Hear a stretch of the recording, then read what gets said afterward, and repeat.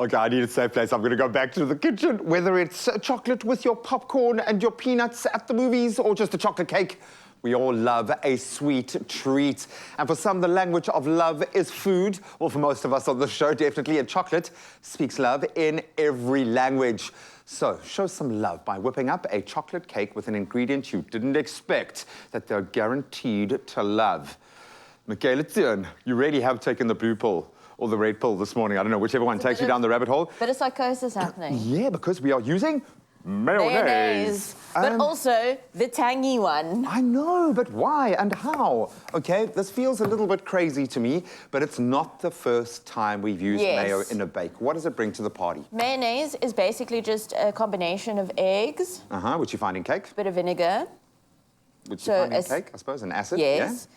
And oil. Oil, which you so find it has everything you need in one container. So if ever you're at home and you're kind of like, oh, I want to bake a cake, but I actually don't have eggs or I don't have oil, you can be like, oh, but I have mayonnaise. I could use that. Look, it might take 100%. A few iterations to arrive at one that tastes amazing.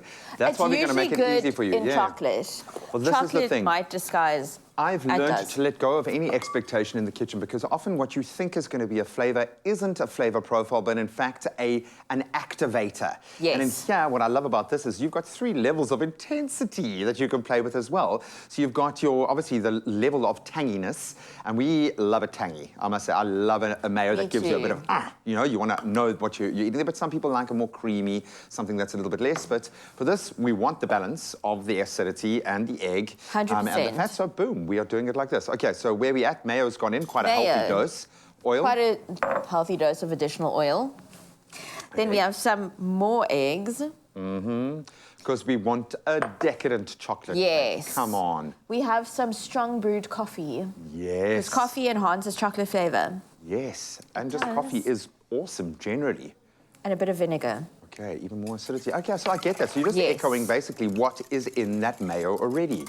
But like, most people don't know that you can use mayonnaise as a substitute in bakes. I mean, to be quite honest, I've heard it about 1 million times and I still don't know what mayo is. If you have to say, like, please whip me up some mayo, I'm like, no, I don't know how to do it. You could. I really the ratio's right, you definitely could. You could make it. It's a lot easier than what people think. And for me, the fact that it comes in a quality product like this, great. But the fact that it can be used this versatility is amazing, okay?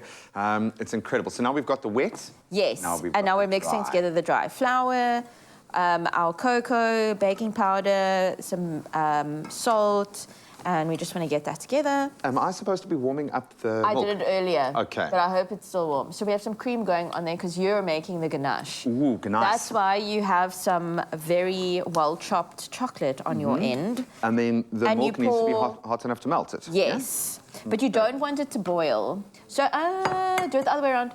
Pour them to... Oh, I see what you're saying. Okay, I hope it's hot enough. Feels like a very little amount of milk, but it's... You want it to be slightly thick, though, because a ganache is usually thicker. Ganache. Yes. And you just want to work them together. Oh, it's working it. It's doing it. It's doing the things. You were doubting. Oh, I was doubting. I really was. You were doubting hard. Have a little faith, G. Have a little faith. Okay, this is looking really, really good.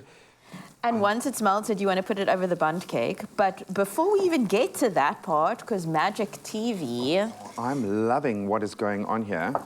So I've incorporated all the ingredients together. And what you want to do is transfer this into a bundt tin. But if you don't have a bundt tin, you can use a normal cake pan. Okay, and we like the bundt because with that hole in the middle, obviously it allows for a nice even distribution. 100%. Which is why we do it in this particular shape. But as you say... with good utensils and great cooking equipment, you're probably not going to struggle. Make it in any shape that you like. A big heart for Valentine's Day. Yes, for your loved one. Well, that being said, you could make these little ganache balls into nice heart shapes and do some fun things. This could lend itself to a fantastic Valentine's Day celebration. So to complete the gorgeous look over here, we will obviously use our ganache over the cake. Yes. Which we'll drizzle on, and then we've got our beautiful ganache and nut balls and a little bit of cocoa powder. Do you want to go eat some of that one? Can I have a little taste, please? I'm running across to the side. I'm literally going to take a... Thank you.